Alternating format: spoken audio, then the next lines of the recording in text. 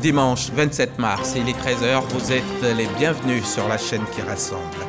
Le ministre d'État, ministre des Affaires étrangères, est au Qatar en mission de travail. Kandia Camara a pris part hier à l'ouverture du forum de Doha. Au cours d'un panel, la ministre d'État a présenté le plan de riposte contre le coronavirus et la détermination de la Côte d'Ivoire à booster son économie après 2 années de pandémie. Le manioc est menacé par 2 dangereuses maladies virales qui risquent de réduire considérablement sa productivité. C'est le programme Centre et Ouest africain d'épidémiologie virale pour la sécurité alimentaire qui lance l'alerte. Une campagne de sensibilisation a été initiée en vue de prévenir la propagation du virus. Joe Biden a attaqué Vladimir Poutine hier lors de sa visite à Varsovie, le qualifiant de boucher et jugeant qu'il ne pouvait pas rester au pouvoir. La Maison-Blanche a immédiatement essayé de tempérer sa déclaration, affirmant que Joe Biden n'appelait pas à un changement de régime en Russie. L'ASCAD Côte d'Ivoire, c'est l'Académie des sciences, des arts, des cultures d'Afrique et des diasporas africaines. Aujourd'hui, un membre de l'instance a fait un pas important. Il est depuis quelques semaines membre de l'Académie internationale de sciences et technologies de Hong Kong. Il est brillant mathématicien, de la mathématique pure. Dans son travail de doctorat d'État S sciences mathématiques, il est parvenu à unifier 2 concepts considérés pourtant comme différents. Je vous parle du professeur Étienne Desquites. Avant d'intégrer l'ASCAD, notre superstar en mathématiques a été chercheur associé du Centre international de physique théorique Abdus Salam de Trieste, membre de la Société mathématique de Côte d'Ivoire, membre de la Société américaine de mathématiques, délégué de la Société mathématique de Côte d'Ivoire depuis le Congrès international des mathématiciens à Berlin, directeur de l'Institut de recherche mathématique, vice-président de l'Union mathématique africaine et naturellement, avec ce parcours, il devient membre de l'ASCAD en 2008 et aujourd'hui, la consécration, le voilà admis à la prestigieuse Académie de Hong Kong. Ça fait beaucoup, professeur. Que de chemin parcouru. Oui, merci. D'accord. Tout à l'heure, dans 30 minutes, on verra si vous pouvez m'égaler en mathématiques. On va démarrer ce journal au Qatar, où se trouve en ce moment la ministre d'État, ministre des Affaires étrangères, dans le cadre du forum de Doha. Ce forum qui est une plateforme d'échange diplomatique sur les sujets d'intérêt mondial lors d'un panel sur le redécollage économique de l'Afrique post-Covid. Kandia Camara a présenté le plan de riposte de la Côte d'Ivoire contre la maladie. Depuis Doha, le témoignage de notre envoyé spécial, Michel Digré. Les défis mondiaux de développement et de paix au cœur du forum de Doha. Hommes politiques de premier rang, décideurs et intellectuels de plusieurs pays sont dans la capitale qatari pour trouver des solutions avec la force des arguments et du verbe. Cette plateforme que nous avions lancée il y a 22 ans est un lieu de rendez-vous pour les experts et les médias du monde entier. Nous sommes heureux que sa création ait ouvert la voie à l'émergence de nombreux forums qui contribuent à faire avancer le débat sur des sujets d'intérêt. Présente à ce forum, la ministre des Affaires étrangères de Côte d'Ivoire a participé à un panel portant sur l'Afrique post-pandémie Covid-19. L'Afrique est un continent résilient. Il y a 2 ans, toutes les conversations prédisaient que cette pandémie allait décimer l'Afrique. Face à la Covid-19, l'Afrique a tenu bon contrairement aux autres continents, mais elle retient d'importantes leçons pour son économie. La nouvelle vision que nous avons en Côte d'Ivoire, impulsée par le président de la République, son Excellence Alassane Ouattara, c'est de passer à l'industrialisation. Surtout qu'avec la pandémie, tout le monde a constaté qu'il n'y avait plus de contact entre les pays développés et les pays africains, entre les producteurs et les transformateurs, puisqu'il n'y avait plus de voyages, il n'y avait plus de liens. Et donc, cela nous a fait prendre conscience qu'il fallait dorénavant développer la transformation des matières premières sur place en Afrique, singulièrement en Côte d'Ivoire. Cela va permettre évidemment de créer des emplois pour les jeunes et les femmes, mais cela va permettre d'avoir des ressources pour nos pays africains, pour la Côte d'Ivoire, pour continuer son développement.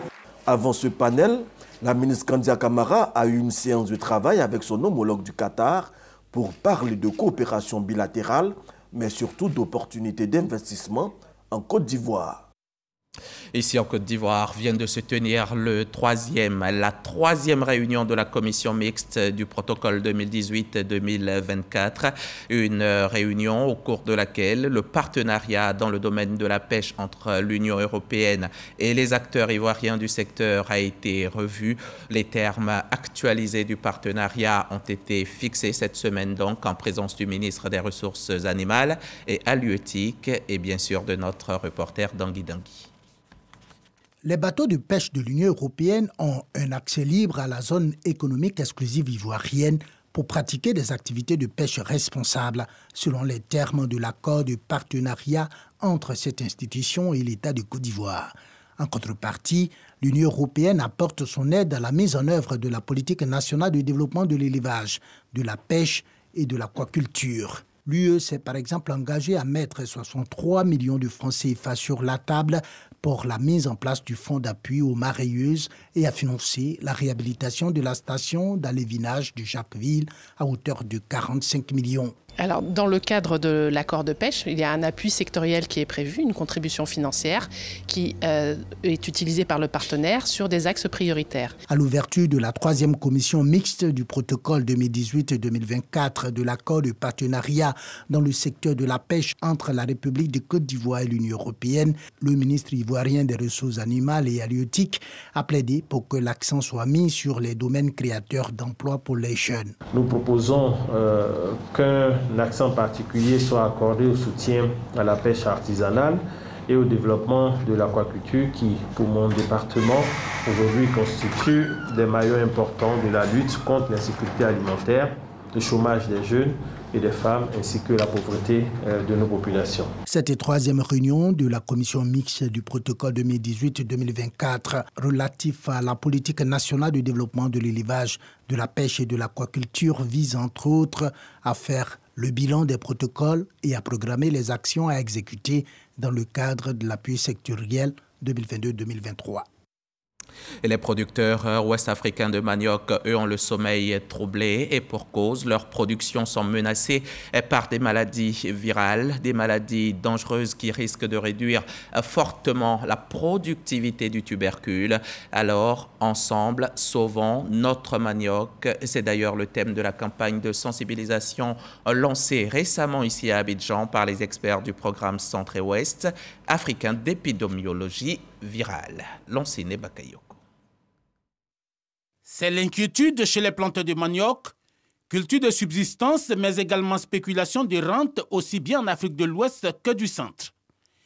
Des petits planteurs, comme ceux des environs de Songon, font le constat de perturbations sur les boutures et les feuillages du manioc. Le taux n'est pas élevé, mais en voyant la plante, on sent que la maladie ici est relatée. Ça se manifeste par des taches. Nous avons le virus qui est retracé ici par ces blancs juste en dessous des feuilles. Les anomalies que la cultivatrice décrit ressemblent à bien d'égards à la mosaïque et à la striure brune, deux maladies virales encore mal connues du grand public. Pourtant, selon les spécialistes, une épidémie de ces maladies virales pourrait entraîner des pertes de rendement de 40 à 100%. Le virus, lorsqu'il infecte une plante, il n'y a plus rien à faire, il faut la jeter. Il faut la détruire, il faut brûler cette plante.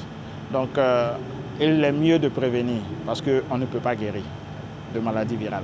Ce programme de surveillance participative en direction des producteurs de manioc d'Afrique de l'Ouest et du Centre vient donc former à la reconnaissance des symptômes des deux maladies et à l'utilisation de matériel végétal sain. Une application spécifique a même été créée qui va permettre notamment le diagnostic en temps réel des maladies virales dans les champs de manioc afin de limiter la propagation. La cartographie, ça dit qu'aujourd'hui, on sait d'où est parti le virus, où se trouve le virus. Il reste maintenant de plus à résoudre effectivement le problème en trouvant un remède pour freiner. Mais le remède n'est pas forcément un médicament, mais ça peut être de la prévention. En Afrique de l'Ouest et du Centre, le manioc constitue l'aliment de base de plus de 500 millions de consommateurs. Le manioc menacé par un terrible virus, l'homme menacé par un dangereux virus, à croire que les virus ont définitivement choisi de nous casser les pieds. Et le coronavirus.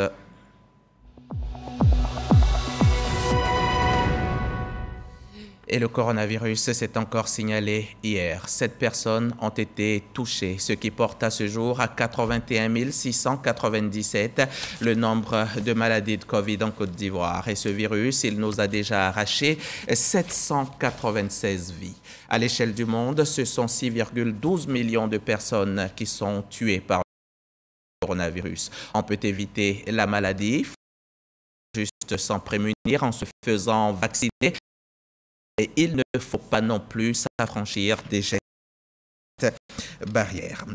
Et ce congrès de la Société ivoirienne de parasitologie et mycologie a fini par avoir lieu, cela après 2 reports, 2021,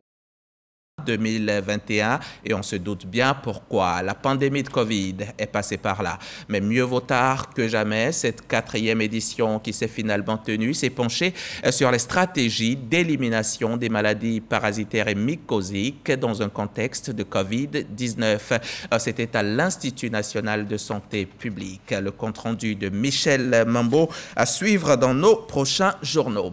On va laisser de côté les virus et les parasites pour s'intéresser à l'initiative Ville Verte. Initiative Ville Verte lancée récemment dans le district autonome des Savanes par l'Institut de l'économie circulaire d'Abidjan. Avec l'appui de la FAO, l'initiative vise la transformation des systèmes forestiers, agricoles et alimentaires urbains et périurbains. Reportage sur au Corona de la station régionale RTI Boaké. Après le district autonome d'Abidjan, le projet Initiative Ville Verte de l'Institut de l'économie circulaire d'Abidjan est lancé dans 3 autres villes du pays. L'initiative Ville Verte vise la transformation des systèmes forestiers, agricoles et alimentaires, urbains et périurbains en vue d'accroître le bien-être des populations. Le projet est soutenu par la FAO. Une mission d'évaluation s'est rendue à Kourougou. Il s'est agi de présenter le projet, expliquer comment les systèmes alimentaires locaux et les espaces verts peuvent concourir à améliorer le bien-être des populations. L'initiative Ville Verte, qui est un élément de l'économie circulaire. Et suite à cette présentation, il y a eu un intérêt très marqué du ministre-gouverneur du district d'Abidjan et par la suite aussi de ses confrères, les autres ministres-gouverneurs.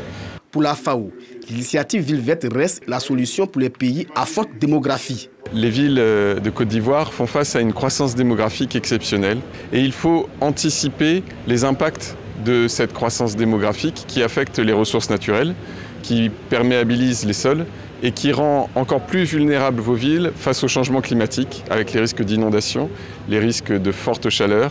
Le ministre-gouverneur du district autonome des Savanes, Issa Koulibaly, se félicite du choix de Kourougou pour le lancement du projet Initiative Ville Verte. Cette initiative Ville Verte vise à travers l'économie circulaire à faire en sorte que les villes qui ont été choisies puissent se doter avec le concours de la FAO de stratégies qui leur permettent d'aménager des espaces verts, de contribuer à faire en sorte que la forestation périurbaine et intra-urbaine puisse être préservée. Le projet Initiative Ville Verte sera mis en œuvre dans les villes d'Abidjan, Kourougou, Yamoussoukro et Man.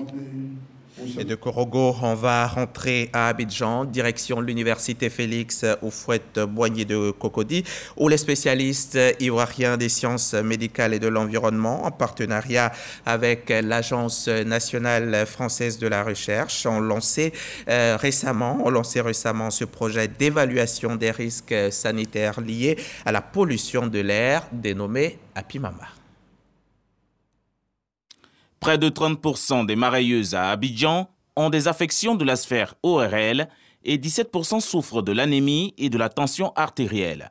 Statistiques de l'Institut de géographie de l'université Félix Houphouët-Boigny et du Laboratoire national d'appui au développement agricole. Face à cette situation, le projet Apimama est lancé afin de réduire ces risques sanitaires causés par la pollution de l'air, notamment par les feux domestiques. Aujourd'hui, une étude minutieuse, très minutieuse sur le terrain, avec des femmes transformatrices fumeuses de poissons, qui va aujourd'hui aller jusqu'à ce que les femmes soient vraiment prises en charge côté santé. 2 études seront donc menées à l'endroit des usagères des feux domestiques et à l'échelle du district d'Abidjan. Ce projet se focalise sur les villes d'Afrique où la pollution de l'air est déjà très élevée. Le programme pilote cible la commune de Yopougon. C'est-à-dire qu'on va étudier 3 groupes de femmes de 30 personnes chaque fois, donc des femmes au foyer, des femmes fumeuses, des femmes fabricantes de charbon de bois. Au bout d'avoir fait des études à la fois de leur exposition personnelle, des mesures de santé sur elles et de les écouter et d'étudier sociologiquement leur vulnérabilité à la pollution, on leur propose des nouveaux outils de cuisson. À la fin de ce projet, que les politiques, même la partie civile aussi, soient au courant de ce travail, aient le retour de nos résultats et nous accompagnent. Le projet Happy Mama s'étendra aux autres communes du district d'Abidjan et à l'intérieur du pays. Et ensemble, on va souhaiter joyeux anniversaire à la CADA, la Coordination africaine des droits de l'homme pour les armées. L'instance célèbre ses 10 ans et à l'état-major des armées, c'est un panel de formation et une série de distinctions qui ont marqué l'événement. C'est ce que nous rapportent Laure Goretti et Abou Sanogo. 10 ans que la CADA, la Coordination africaine des droits de l'homme pour les armées, existe. Elle travaille au renforcement des capacités du personnel du métier des armes en matière de droits des conflits armés, des droits de l'homme et de collaboration civilo-militaire. En 10 ans, la CADA a parcouru la quasi-totalité des régions militaires, des préfectures de police, des légions de gendarmerie, des cantonnements des eaux et forêts, des directions des douanes. Ainsi, nous avons pu sensibiliser et former 21 500 membres des forces de sécurité et de défense. Cadre privilégié d'échange, de concertation, d'apprentissage. Cette collaboration est un bel exemple de coopération. Une célébration à l'état-major général des armées, marquée par un panel, une formation sur des thématiques liées à l'armée et des distinctions aux partenaires et aux formateurs de la CADA. On est très reconnaissant pour cette formation. La CADA, c'est une structure qui apporte beaucoup au niveau de la formation et surtout de la paix entre les armées, voilà, le personnel de l'armée et puis les civils. Au nom du Fonds des Nations Unies pour la population, remercier pour la CADA qui reconnaît à travers cette distinction aujourd'hui l'appui technique et financier que le Fonds des Nations Unies pour la population a apporté depuis près de 10 ans à la CADA pour la promotion des droits humains. La CADA a contribué au retrait de la Côte d'Ivoire de la liste dite liste de la honte des Nations Unies.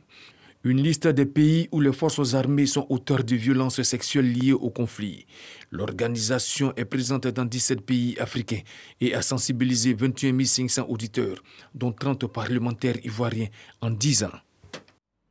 On en vient maintenant à cette réflexion sur la gouvernance électorale en Côte d'Ivoire, réflexion initiée récemment par la Fondation Friedrich Naumann et le GEPAT, le groupe de plaidoyer et d'action pour la transparence électorale. Leçon apprise du scrutin législatif du 6 mars 2021. Quel espoir pour une élection définitivement apaisée en Côte d'Ivoire? Voilà le thème de ce moment d'échange auquel Jean-Marc Djadji a pu assister pour nous. Quel espoir pour une élection définitivement apaisée? Ce thème au centre du séminaire sur la gouvernance électorale en Côte d'Ivoire. Une rencontre organisée par le groupe de plaidoyer et d'action pour la transparence électorale en collaboration avec la Fondation Friedrich Naumann, dont le but est de tirer les leçons du scrutin législatif du 6 mars 2021. La commission électorale indépendante, la majorité présidentielle, l'opposition politique et un consultant indépendant, tous ont planché sur la bonne gouvernance des élections. Nous avons considéré que c'est un acte important, ce sont des actions importantes qu'il faut saluer. Et donc cette volonté continue et le président maintient le dialogue avec l'ensemble des acteurs politiques et de la société civile. On va surtout se battre pour que ces élections intermédiaires se passent bien, pour que le dialogue politique se passe bien. Ces assises ont enregistré la présence du vice-président de la commission électorale indépendante. Il faut que les hommes politiques comprennent qu'en Côte d'Ivoire, on a choisi le système démocratique, c'est-à-dire qu'il n'y a que les élections qui peuvent amener quelqu'un au pouvoir. Et ces élections-là, ils doivent se mettre d'accord sur les conditions. En vue de garantir des élections législatives sans heurts, le 6 mars 2021, la CEI avait tenu une séance de travail avec les représentants des différents partis politiques du pays. Reportage de Jean-Marc Djadji et Kader Bachil. Maintenant, allons célébrer les femmes de l'institution, le médiateur de la République. Une célébration à l'occasion de la journée des droits de la femme qui a été marquée entre autres par un panel sur les nouvelles dispositions relatives aux successions et les réformes relatives aux droits de la famille. Les précisions de Serge Pacom Didi et Patricia Omo-Etia. Le médiateur de la République célèbre la Journée internationale des droits de la femme, une cérémonie en honneur des femmes exerçant dans cette institution de la République. Koulibaly Ouamignan, sous-directrice des requêtes, a au nom des femmes de l'institution encouragé le médiateur de la République pour son engagement dans la promotion du genre avec la nomination des femmes au poste de responsabilité. Célébrer les droits de la femme aujourd'hui, je pense que c'est quelque chose de positif parce que ça emmène les responsables à choisir de plus en plus de femmes capables, compétentes à certains postes de responsabilité. Le médiateur de la République réaffirme son engagement en faveur de la promotion de la femme. Anama Tunkara précise qu'au-delà de recruter des femmes, l'on doit améliorer leurs conditions de vie et leur confier des postes de responsabilité. Il faut donner des postes de responsabilité à nos sœurs, à nos mamans, pour marquer vraiment la différence entre ce qui se faisait avant et la réalité d'aujourd'hui. Parce que nous avons, des femmes qui sont mieux aguerries aux techniques de médiation. Nous avons des femmes qui sont prêtes à assumer des fonctions de médiateur délégué. Et ça aidera aussi à faire bouger les choses. Autant de sujets abordés, notamment la filiation en droit ivoirien, animée par les magistrates. Au cours de leurs interventions, elles ont présenté les innovations de la loi sur la famille, modifiée par la loi du 26 juin 2019. Il convient de retenir que la loi ivoirienne actuelle protège et fait la promotion des droits de la femme. On met le cap sur Yamoussoukro. Le ministre du Budget et du Portefeuille de l'État y était cette semaine. Moussa Sanogo a pris part au 9e congrès de la Jeune Chambre internationale Côte d'Ivoire. La mission de son ministère et son parcours à lui-même ont été exposés aux étudiants de l'INPHB, l'Institut national polytechnique Félix Houphouët-Boigny. Moussa Sanogo, le ministre du Budget et du Portefeuille de l'État, est en plein exposé. Son auditoire est composé de sénateurs de la Jeune Chambre internationale et de nombreux étudiants de l'Institut national polytechnique Félix Houphouët-Boigny, INPHB de Yamoussoukro. Moussa Sanogo est également ancien étudiant de cette prestigieuse école. Son parcours, vu comme un modèle de courage et d'abnégation ayant abouti au succès, doit pouvoir inspirer toute cette jeunesse en formation. Nous voulons en fait que nos étudiants de maintenant aient des repères. Et c'est ce qui nous a poussé à vraiment inviter M. le ministre. On a lancé le budget citoyen pour faire en sorte donc que le citoyen puisse s'approprier cet instrument de gouvernance qui est extrêmement important pour le progrès dans notre pays. Et ce sont des citoyens, qui plus est quand même des citoyens d'un type particulier parce qu'ils ont des capacités plus élevées que la moyenne, c'est ce qui est reconnu et c'est pour cela qu'ils sont ici. Et c'est quand même bon qu'ils aient une très bonne idée de ce que c'est le budget pour que demain, quand ils seront dans les postes de responsabilité, ils puissent faire avancer les choses. L'effet escompté s'est produit. Je retiens que déjà, il faut avoir de l'unité en soi dans tout ce qu'on fait et qu'il faut vraiment travailler, et surtout avec les conseils qu'il nous a donnés. Je pense que ça me sera vraiment d'une grande aide. Cette conférence du ministre du Budget et du Portefeuille de l'État est inscrite dans le cadre du 9e congrès du Sénat de la Jeune Chambre internationale qui a un nouveau président. Les sénateurs ont bien voulu nous faire confiance en nous choisissant comme le prochain président pour un mandat de 2 ans. Et il faut dire que l'accent sera davantage mis sur la solidarité entre les sénateurs. Donc on va se mettre un peu dans ce sens-là, profiter du réseau pour, n'est-ce pas, l'exploiter et permettre, n'est-ce pas, de créer des investissements. La Jeune Chambre internationale compte environ 500 sénateurs nommés pour avoir été des modèles au service de la bonne cause. Les enjeux du développement durable et de la santé, c'est le thème développé jeudi dernier lors de la 2e édition du Forum africain de la presse économique et financière. Les nombreux journalistes économiques qui y ont pris part ont pu renforcer leur capacité auprès des experts des questions de développement. Le reportage de Dangui Dangui. Promouvoir et valoriser le journalisme de développement en Côte d'Ivoire et en Afrique, c'est l'un des objectifs que poursuit la 2e édition du Forum africain de la presse économique et financière, qui s'est ouverte ce jeudi pour 2 jours. L'événement a mobilisé plusieurs journalistes et experts venus de nombreux pays africains, en présentiel comme par visioconférence. Cette rencontre va apporter un plus dans le domaine du changement climatique, qui est un pan important dans le développement économique de l'Afrique. C'est très très important pour l'Afrique de se faire connaître. Il faut montrer au monde que c'est un continent en devenir. Plusieurs institutions financières et organisations internationales, notamment la Banque africaine de développement BAD, ont associé leur image à cette 2e édition du Forum africain de la presse économique et financière. Entre autres défis de cette édition, renforcer les connaissances des journalistes afin de leur permettre de traiter les questions économiques et financières avec professionnalisme. La presse économique et financière joue un rôle fondamental dans la mesure où elle est habilitée à promouvoir la transparence et la redevabilité dans la chose publique. Le FOPEC que nous organisons, c'est pour contribuer avec les meilleurs experts, avec les institutions de développement, c'est pour contribuer à la formation des journalistes, à la formation des jeunes générations, à la formation des étudiants. La 2e édition du Forum africain de la presse économique et financière a pour thème les enjeux du développement durable et de la santé. C'était un reportage de Dangui Dangui. On passe au sport, on passe au foot. La CAN 2023 se jouera en Côte d'Ivoire. C'est un secret de Polichinelle. Et le pays se prépare comme il faut pour offrir à l'Afrique et au monde un bel événement. Le MJS, c'est le mouvement Jeunesse Sportive qui vient tout juste de lancer ses activités. C'était en présence de nos confrères de RTI Sport.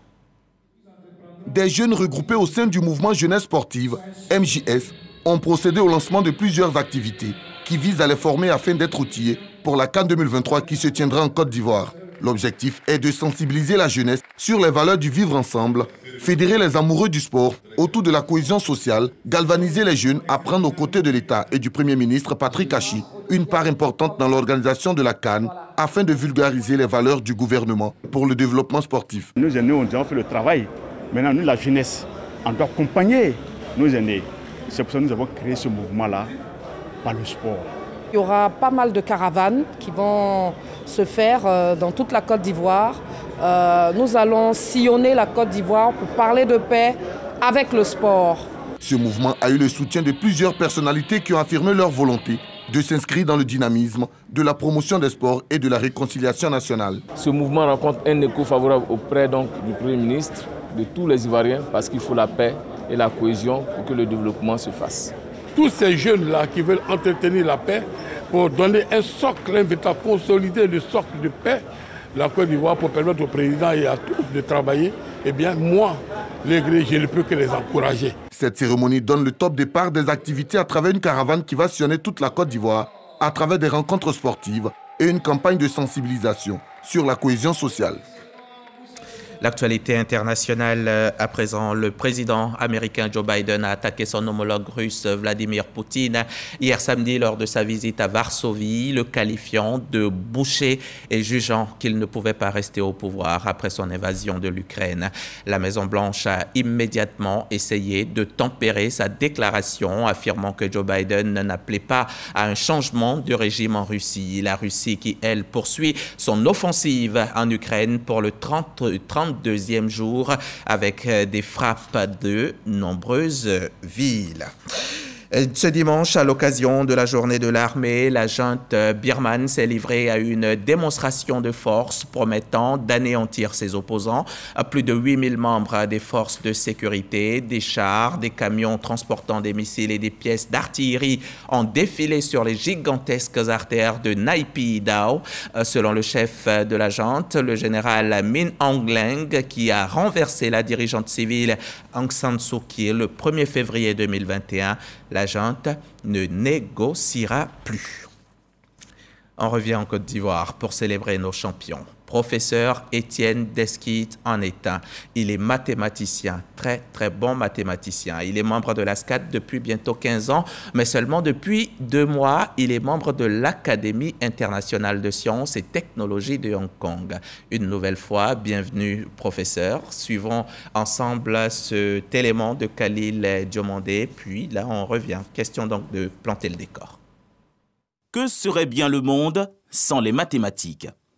Considérées comme la mère des sciences, les mathématiques désignent l'ensemble des sciences qui s'intéressent au nombre, aux grandeurs et à leurs relations grâce à un raisonnement déductif.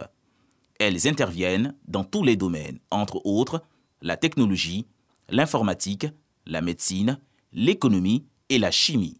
Les grandes inventions humaines se sont appuyées sur les sciences mathématiques, par exemple l'avion, l'ordinateur, le téléphone. Au-delà de l'aspect technique, les mathématiques nous aident à améliorer nos capacités de raisonnement et à mieux résoudre les problèmes. La Côte d'Ivoire regorge de nombreux talents mathématiques qui ont réussi à s'illustrer parmi les meilleurs en la matière au niveau mondial. À l'instar du professeur Saliou Touré, nous comptons des génies comme le professeur Étienne Desquites, le premier Ivoirien à intégrer la prestigieuse Académie des sciences de Hong Kong. Cet institut rassemble les scientifiques de premier plan des établissements d'enseignement supérieur de Hong Kong et de l'international. Véritable chevronné, le professeur Étienne Desquites a été vice-président de l'Union mathématique africaine UMA pour la zone Afrique de l'Ouest et membre de l'Académie des sciences, des arts, des cultures d'Afrique et des diasporas africaines ASCAD. À ce jour, le professeur Étienne Desquites dirige de main de maître l'Institut de recherche mathématique IRMA. Un parcours atypique et inspirant, de quoi à booster la nouvelle génération. Merci à Khalil Diomandé et Jean-Marc Djadji. Professeur, oui. C'est difficile les mathématiques? Non. Vous ne pouvez dire que non. Mais il faudrait que je spécifie un peu. Allez-y. Les mathématiques des classes primaires, préparatoires, jusqu'à ce qu'on atteigne le niveau de la recherche, on peut dire que ce n'est pas difficile. D'accord. Mais après, ça devient difficile. Après, on peut dire que ça devient difficile parce que, d'abord, on a tellement fouillé depuis le début des sciences, tous les pays, tous les peuples ont fait des mathématiques. Beaucoup de résultats ont été trouvés. Et c'est quand on devient chercheur pour trouver quelque chose de nouveau.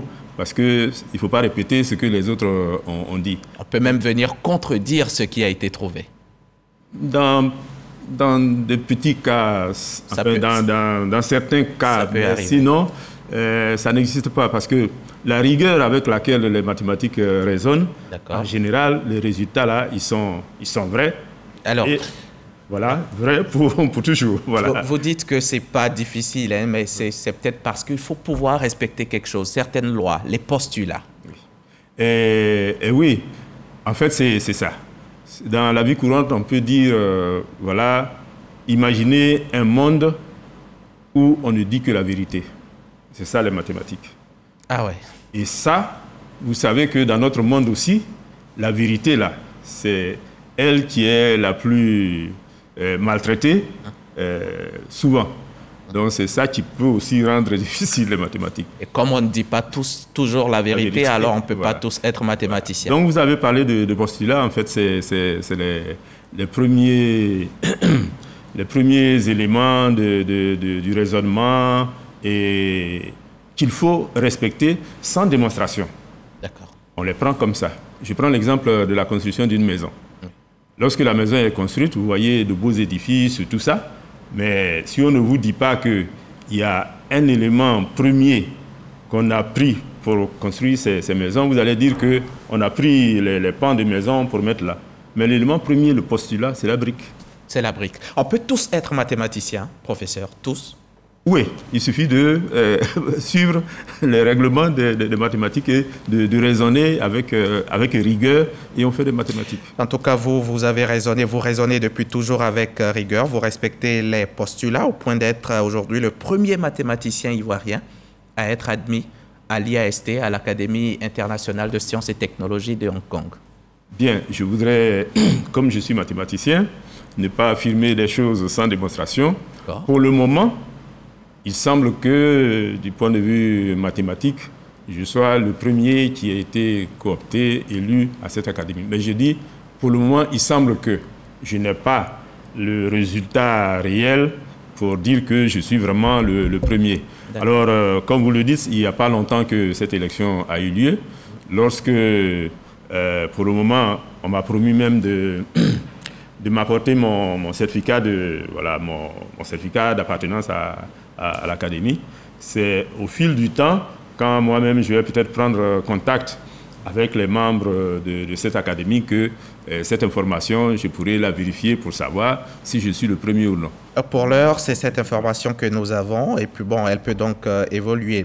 Et il faut dire que vous êtes mathématicien, il y a aussi un agronome qui a été admis à cette académie, c'est le professeur Pénébi, professeur Guillemé Crépin Pénébi. Je suppose que vous avez été très heureux d'apprendre cette nomination, cette désormais appartenance à cette académie. Oui, très heureux, parce que il faut rendre hommage au président de l'ASCAD, le professeur Ouo Asepo, qui est un président, enseignant chevronné, grand scientifique, géographe, expert et tout ça,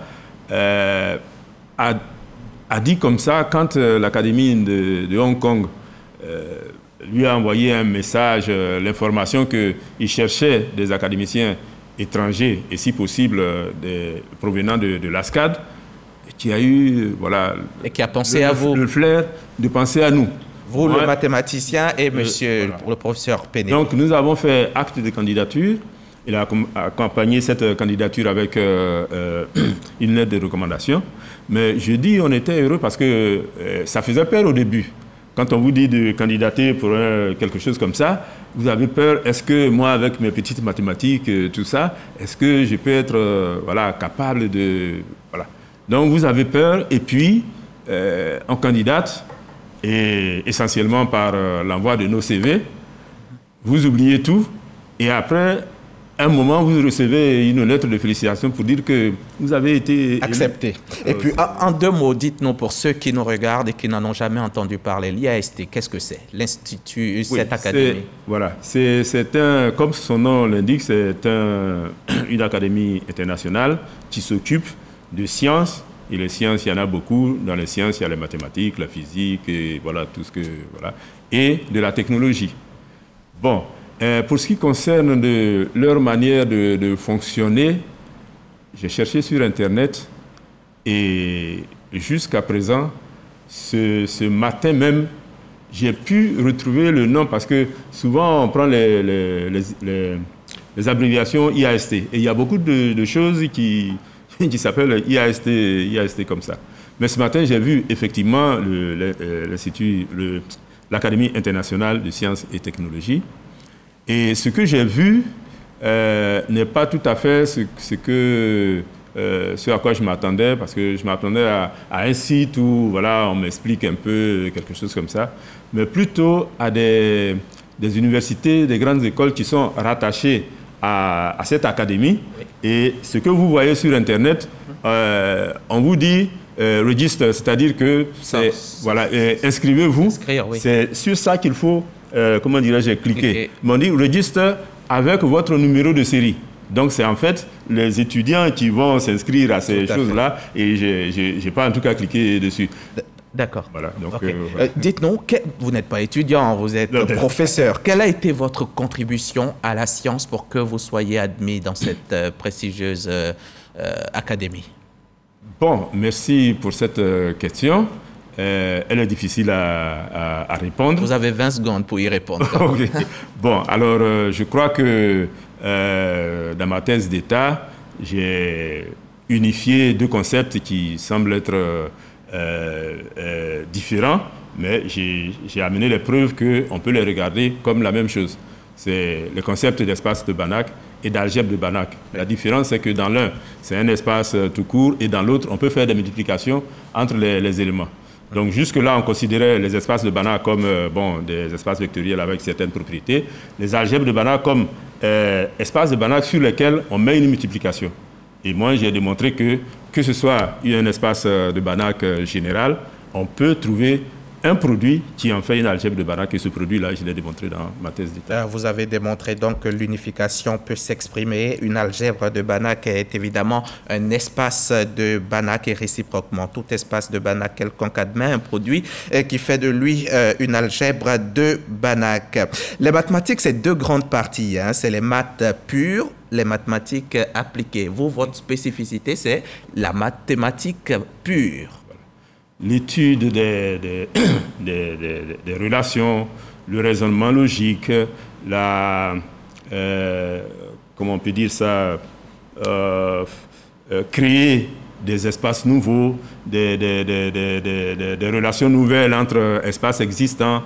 Bon, et tout ça, c'est la théorie. Et voilà, c'est un peu dans ça que je suis. Et vous avez pu démontrer que toute algèbre de Banach est assise sur un espace de Banach. Oui. Voilà. Qu'est-ce que donc la construction GNS? Dites-nous aujourd'hui.